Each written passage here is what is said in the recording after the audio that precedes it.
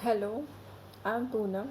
As explained by Shivam, Sagar, Bhavna about the system, working, design, and implementation in very detailed manner, I would like to conclude saying that this system can be designed for online as well as offline examination.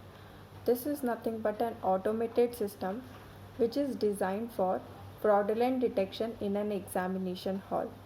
Fraudulent detection is nothing, could be anything: malpractice, fraud identification.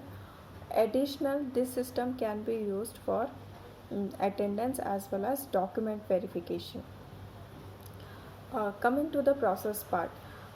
In the process part, first is an enrollment.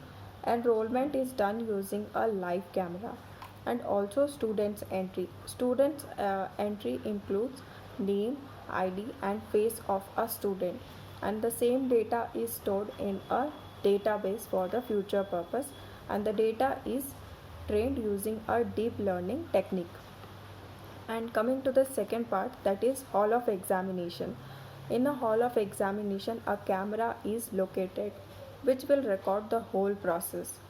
Once the examination starts, the camera starts recording the whole process.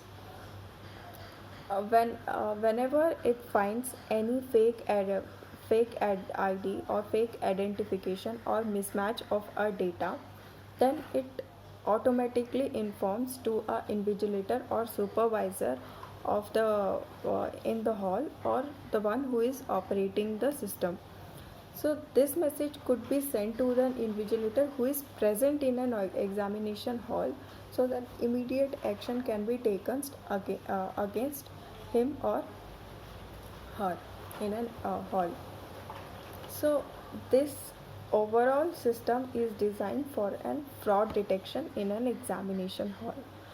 So coming to a future scope of this system,